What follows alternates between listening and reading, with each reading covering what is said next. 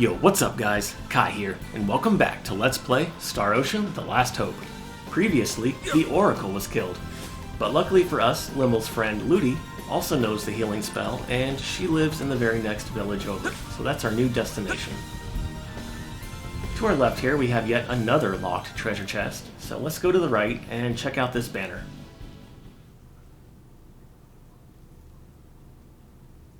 Hey, do you think we could use this to get down?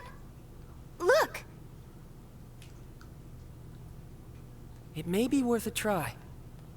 In fact, to be honest... Yeah, I don't see any other way. All right, I'll give it a shot. What? I'll go down alone and make sure it's safe. The rest of you can follow behind. No way! Edge, you are not going first! What the heck, No, Reimi? no, and no! To think you would even... Edge! You pervert! Pervert? What are you talking about? Look, I'm going down first, okay? That's the end of that! I heard a little bit of Welch in your voice there, Reimi. I like how she was getting so worked up about Edge going down first, thinking that he might look up at her to sneak a peek. Meanwhile, we've had the cameraman showing us her ass constantly. Anyway, we're now in the Van Elm region of Limeris, complete with somber music. And right over here in this treasure box, we get the skill that I've been alluding to, chain combos. It is really good. It can be used by everybody, and it should be prioritized when you're spending your skill points. However, for right now, we're going to give this one to FaZe for demonstration purposes. And I want to go ahead and spend all of his individual SP on chain combos right away. I don't want to spend any of my party SP just yet. I have a plan for that. We're going to be using it to break the game when we get to the next dungeon. Anyway, what chain combos does is it allows you to equip multiple special attacks and then chain them together to form a combo. And it also gives you an incremental damage bonus as you chain those skills together. It is ridiculous. So for right now, I want to go ahead and give FaZe Ice Needles in every available slot. And you can equip up to 6 abilities, provided you have a free space, and provided you don't exceed your maximum CP. Over there on the right, you may have noticed that every ability will cost a different amount of CP. And just above this menu, next to your character portrait, you can see the maximum CP for each character. And we may as well give Pride to FaZe as well, it's free. And what Pride does is, as long as FaZe is a higher level than the enemy, then he gets a boost to all of his stats. Kind of fitting, seeing as how he's an elf. Anyway, now that we know what CP is, if we go into our Battle Trophy menu, on the left there you can see collection bonuses. And every time you complete 25% of a character's battle trophies, you get a reward. For the first 25, you get some extra battle voices. After completing half of them, you get the level cap removal, which I mentioned earlier. After completing 75%, you get more battle voices. And then after spending dozens and dozens of hours completing all 100 battle trophies for a character, you get a CP bonus. And I wish I were joking, but all that does is give a character 3 more CP. That's it, plus 3. Talk about a slap in the face, am I right? Ah, man. If I was working at Tri-Ace and I was designing the rewards for battle trophies, I would have just removed the CP limit completely and allowed players to go balls to the wall crazy with combos. Now that would be fun. Battle trophies. They're actually an interesting system when you think about it. They were first introduced in the last game, Star Ocean 3, back on the PS2. And that was back before PSN trophies or achievements were even a thing.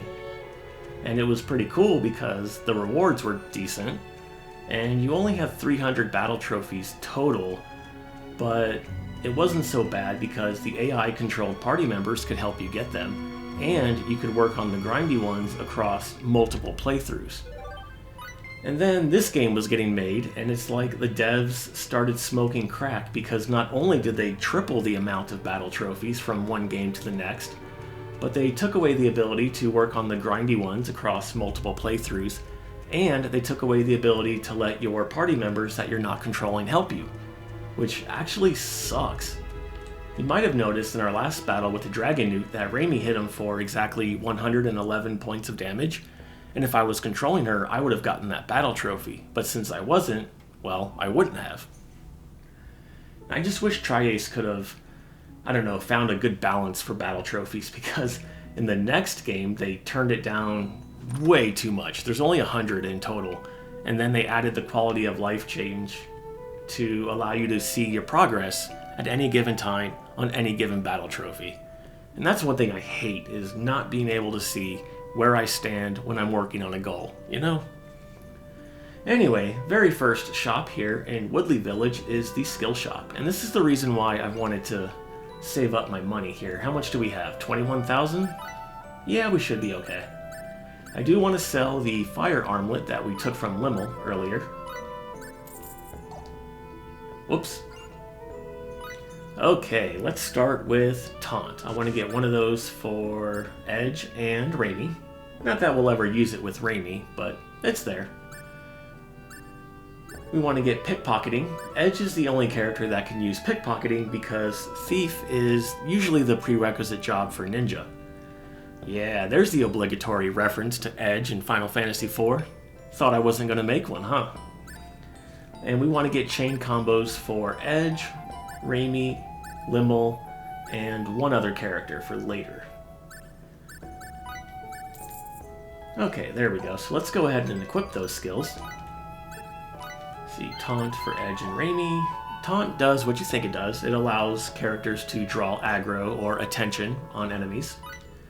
Pickpocketing for Edge, and pickpocketing in Star Ocean doesn't do what you think it does. It doesn't allow you to steal from enemies in battle. It actually allows you to steal items from people in towns. NPCs, your own party members, animals, doesn't matter, it's all fair game. Unfortunately, after Star Ocean 2, Tri-Ace has continually nerfed pickpocketing from game to game, and it's pretty garbage in this game. There's nothing worth stealing, really. I mean, yeah, you can get a couple accessories early on, but it's not like in Star Ocean 2 where not even 2 hours into the game you have access to weapons with, 1100 attack power. No, no. Nothing that obscene anymore, unfortunately. Also, stealing has a downside of lowering everyone's affection towards Edge if you do it continuously and fail. But we do want to pick it up because we are going to need to pickpocket a few items later for quests. But don't worry about that because quests, the quest stealing doesn't affect your friendship levels with anybody. But if you don't care about that, then down below in the video description, I'll post a pickpocketing guide so you can look through that if you're playing along and decide if there's anything you want to pickpocket. Yeah, we're a little bit further from Triom.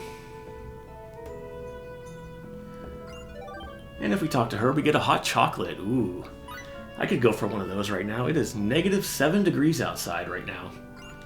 Anyway, hot chocolate will cure a character of the frozen status, and just like enemies, if your character's frozen and they get hit, they'll die instantly. So don't let that happen. Anyway, we got a couple of new items that I never went over. We got Thornberries, which restores half of your HP, but you might get poisoned. You got Bizarre Fruit, which is a small heal, but it will generate a random stat boosting seed every time you use it. So those could be good. Gambleberries is a complete heal, or you die. I never use it, along with Thornberries. The game is actually pretty generous when it comes to healing items.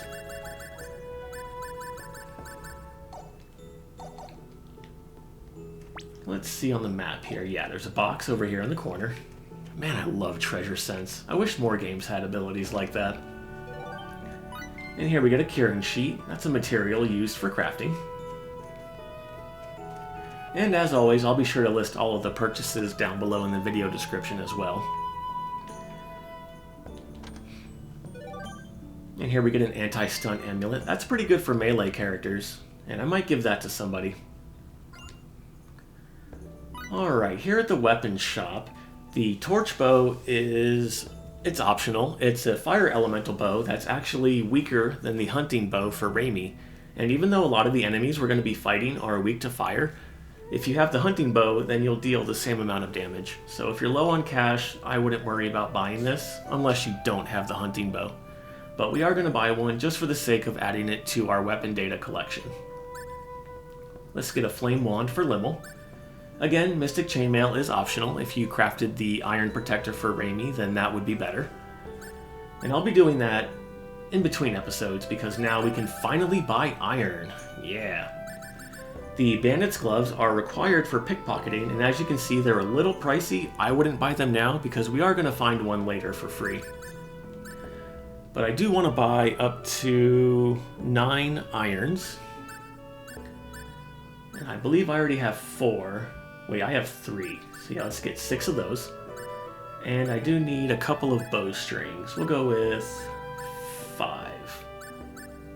Alright, that looks good.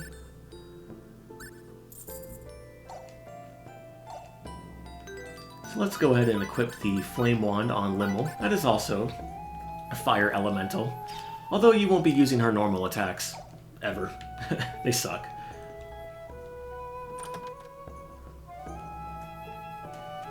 Hey, how's it going? Uh-oh.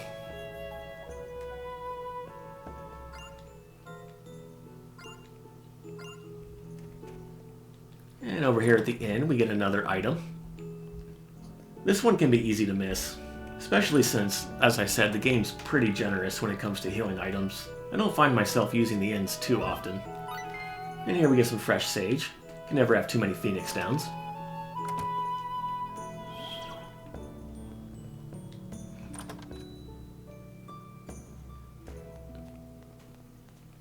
And over here is the last item in the town. We get some blackberries, alright. Outdoor loving cat. Well, I can tell you that is not Lenneth or Reimi. They are both indoor cats. Yeah, his sword is pretty big. Reminds me of something from Xenoblade Chronicles. But yeah, Reimi and Lenneth, they are definitely indoor cats. Lenneth has always been curious about going outside, but I let her outside one time with me. I took a few steps and set her down, and she just flattened immediately. She was like, oh god, mistakes were made.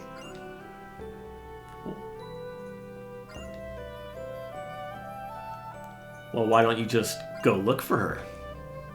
Or we can do it for you. Sure, why not?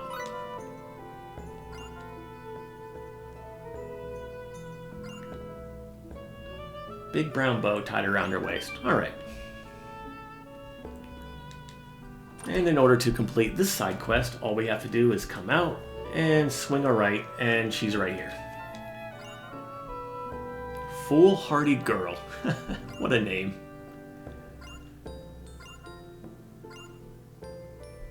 Alright, there we go. Easy enough. And now that we've done that, we can accept shop orders and purchase things here at the item shop. And I want to do a little bit more shopping here, because we can finally buy a lot of cooking ingredients, and we need those for shop orders.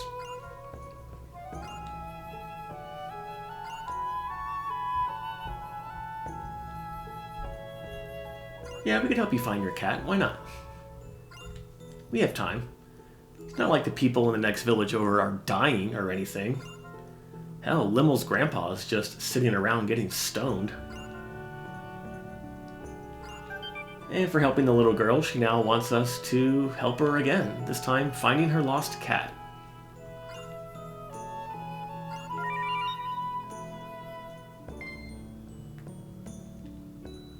Okay, so now we have access to mixed syrups. Those are pretty good healing items. As you can see, they're cheap, and it restores 20% of your HP and MP.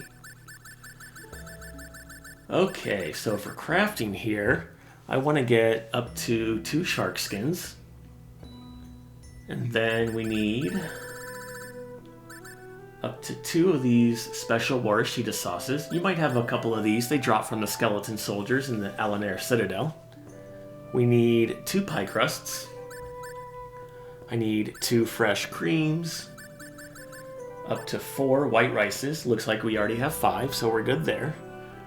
We need 2 animal meats. We're also good on those. You might have those as well if you've been killing the kobolds. And I need 2 common eggs, which I already have, so perfect. And I'm going to accept the shop orders here at Woodley after completing the ones in Tryon, just so I don't get confused. I like to keep things in order, especially since all of the shop orders up till this point are missable. However, from Woodley going forward, we don't have to worry about that.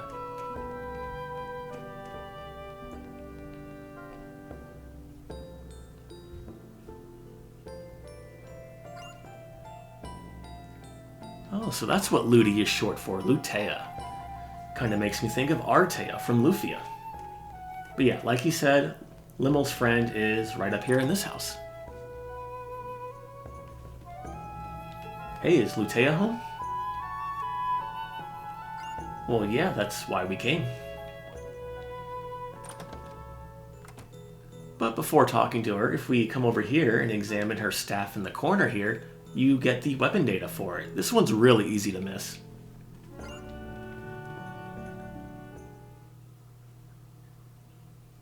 I see. Ludi, teach me the symbol. I'll try my bestest to learn Please, it, Miss Kay. Lutea. Not so long ago, there was a case of bacculus in this village as well. I administered the bacculus patient my healing symbol, but unfortunately I was unable to cure him.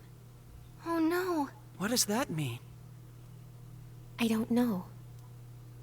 But I can tell you that this particular case of bacculus was unlike any other I've seen.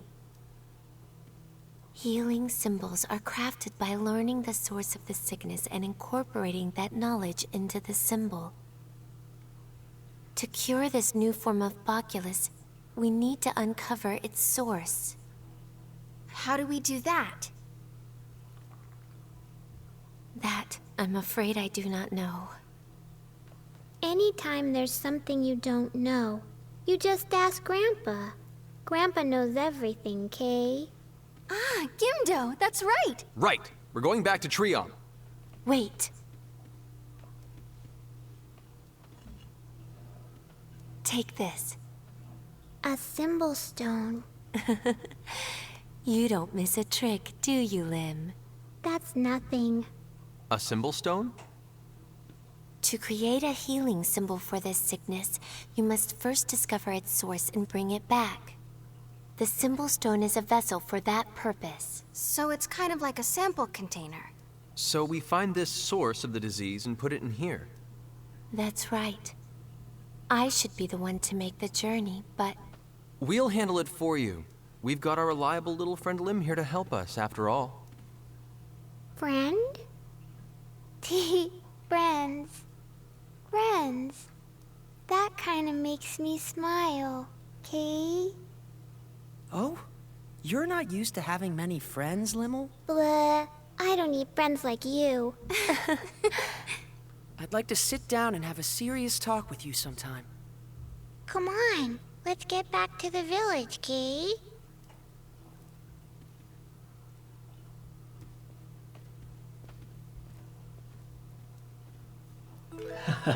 Poor FaZe. I feel like we're going to be saying that a lot in this LP. Anyway, yep. Now we're going back to Treon, and the way to get there is through the Silent Forest that we heard about just a few seconds ago. And I'll sell all of my old excess equipment off-screen. Whoa, we got a new enemy here, a Snow Yeti.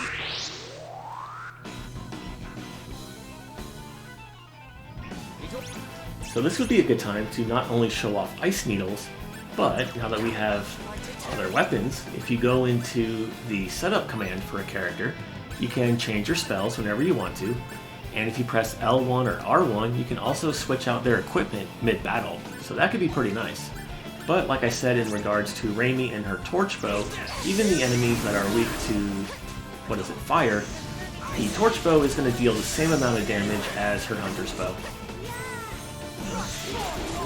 Yeah, check this out. It's not doing a lot of damage, but we can just spam ice needles and keep him basically stun locked where he is. The next fight won't be this easy, will it? Daily training is the key. Alright, rank up! So you saw the Yeti there doing a little ice breath attack, and that can potentially freeze your characters. Also watch out for his drop kick attack. And here we got another new enemy, Scumbags. What a name. They are humanoids, And like other Star Ocean games, they can steal your money and then try to run away. But they're pretty easy. If they do steal your money, if you let them run away while controlling Phase, you get a battle trophy.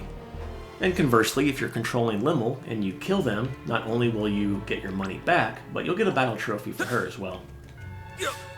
And I haven't talked about Lymle's battle trophies, but I'll do that probably at the end of this video. Here we get some more healing items, nice. And some more stone golems if you need to get a crystal. There you are. Oh, I almost forgot. So for Reimi here, I'm going to spend some of her SP as well, although not all of it on chain combos. The difference between Reimi and other characters is that Reimi actually has good abilities that I want to level up before chain combos, like harvesting. So let's see, I want to get cooking up to level 4. We're going to need that for a recipe in the near future. I want to get harvesting up to level 5 at least, and then we'll put the rest into chain combos.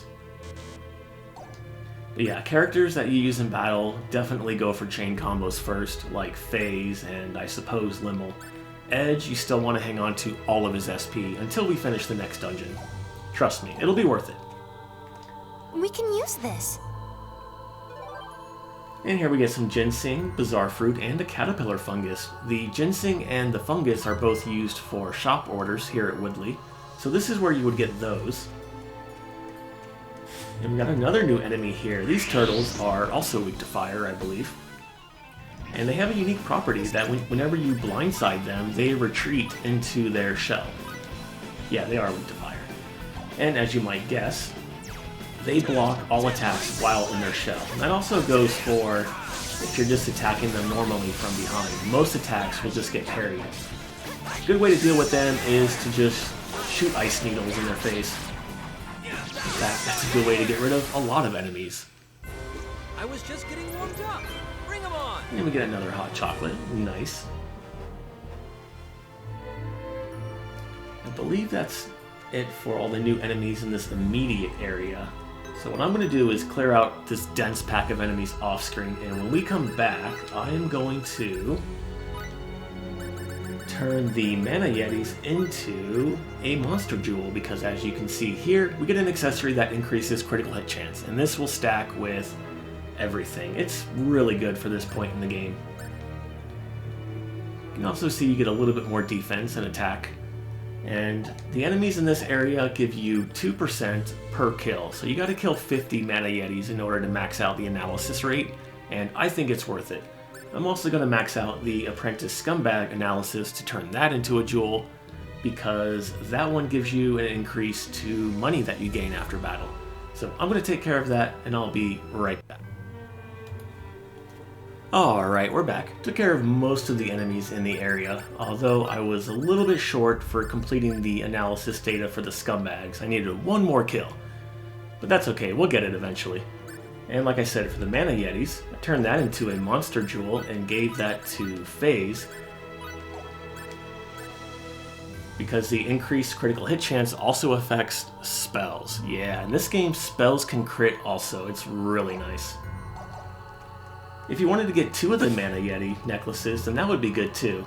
But I like having the extra money, just because over the course of the game, an extra 15% will really add up. And eventually, we're going to need a lot of cash. And I really don't want to do grinding for it if I don't have to.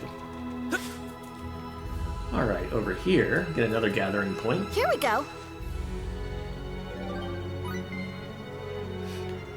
Man, that was a lot of enemies.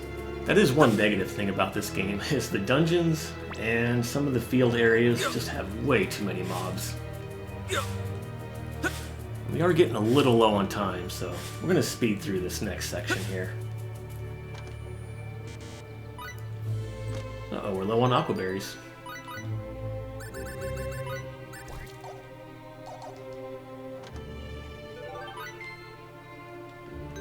And I want to go ahead and discard some more, because another chest that we're going to get also contains aquaberries.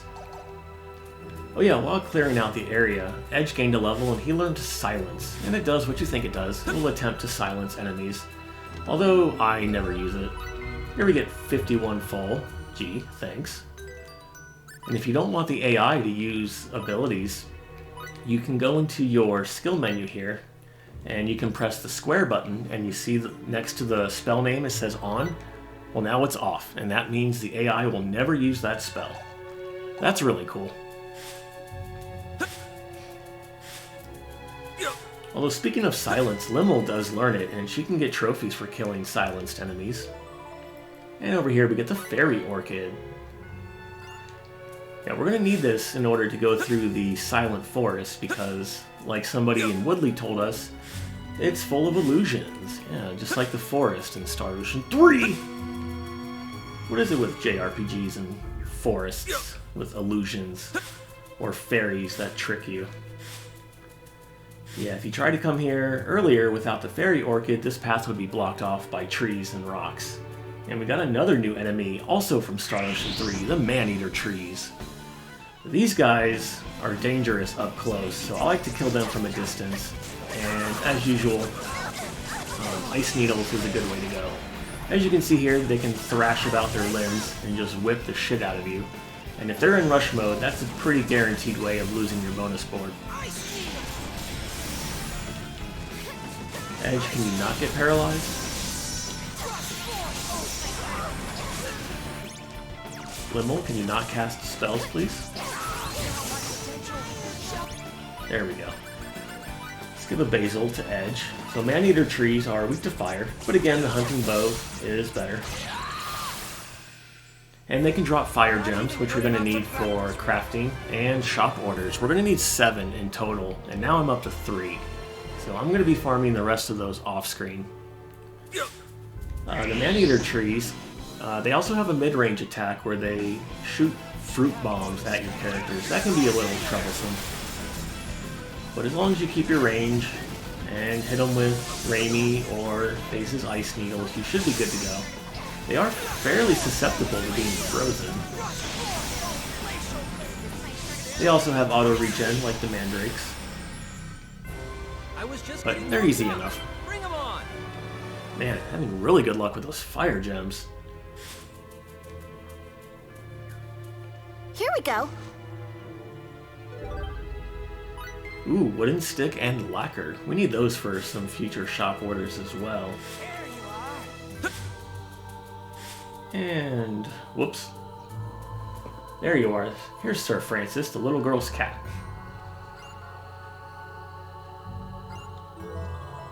Obtained item, Curious Cat. And right behind Francis, we have another hidden gathering point. Nice. Here we go. And this one will show up on the map now because we have treasure sense. That was a good experience. Hey, level up for Phase. Alright. There's the scumbag. Let's go ahead and finish the monster data real quick. Ooh, 3 of you. Such nice, tidy uniforms. The nice thing about chaining together spells is you only have a cast time for the initial one. After that, they're all instant cast.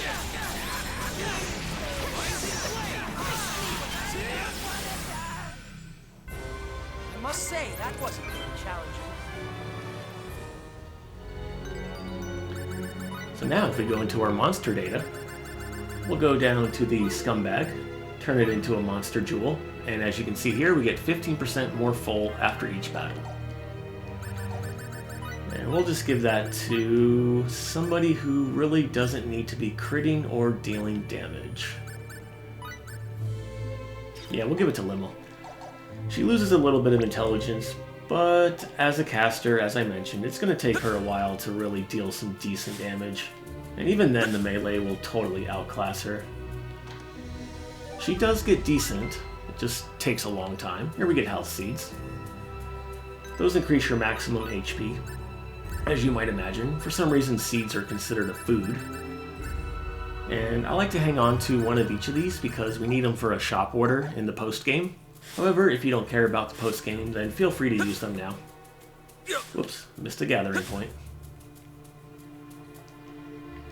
We can use this. Eventually I'll put points into Reimi's chain combos to get it up to speed with Phase. But gathering is just so good. Here we go. Wow, 3 wooden sticks? Not bad.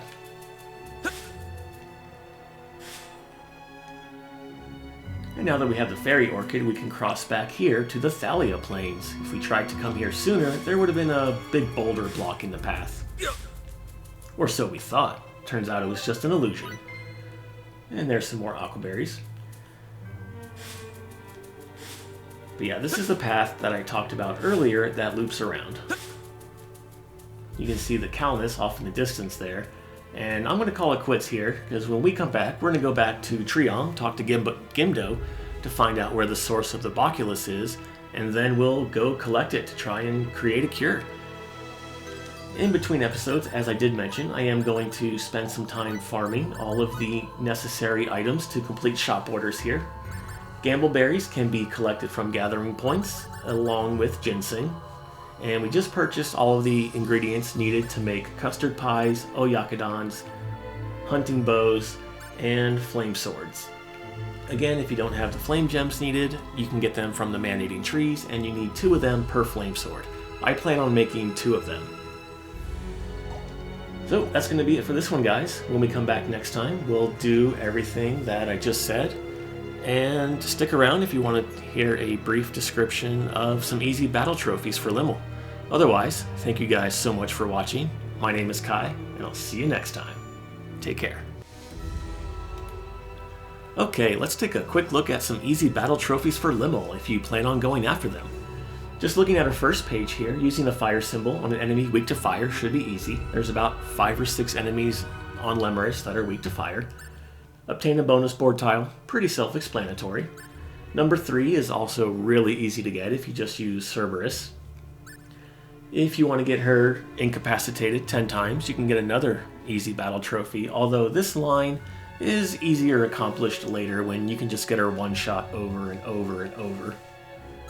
This one can be a little challenging right now because her physical attack is so weak, but it is doable with a little patience. Just put your whole party on manual and let her do all the damage. Again, this one would be easier later on when she's stronger, but it's totally doable now, especially if you go back to the Calnus and fight the initial enemies here. This one, just like Reimi, just win the battle without being targeted, just get a preemptive strike, let the AI just annihilate everything, and as long as she doesn't do anything to draw attention to herself, she should be fine. You could use Hide to help with this as well. This one's pretty easy as well. Just keep holding circle down. Don't let yourself get stunned, so hold it for a couple seconds, let go, hold it for a couple seconds, let go, etc. This one can be easy as well. You just run into a group of scumbags and don't kill them, let them steal your money and let them all escape and you'll get this trophy. This one you should be able to do with chain combos. Defeat 30 enemies with Cerberus, you can get that one now as well. It'll just take a little bit of grinding. Win with 0 MP remaining. This one is technically best done when she first joins the party because her max MP is a lot lower. But you can do it now as well. Just get her MP down as low as you can. Make sure you don't have any pink bonus board tiles. And then what I would do is get 1 pink bonus tile, because that should give you about 1 to 2 MP per battle. And then you just wait until her remaining MP is an even multiple of, say, 6 or 5, and then you just spam spells to get her down to 0 and then win the battle. Or you can wait till later when you can inflict her with the, the curse status, which drains your MP. That's another way to get it down to 0. And then this one is to win with 1 MP, same tactic. Use the pink bonus board tile to manipulate your MP, get into a few fights, and you can get that one as well. You can also defeat an enemy using only Windblade. And then, as I mentioned in the earlier part of the episode, if you defeat a scumbag after they take your money, you can get yet another one. And there's another, 10 or 12 battle trophies for Lymle. Again, if you only care about getting 50, then this would be a good chunk that you can knock out pretty early in the game. Anyways, that's it for this battle trophy overview, and I'm not going to do one for FaZe because, as I mentioned, you can't get all of his in your initial playthrough, so it's pretty pointless. Alright guys, see you next time.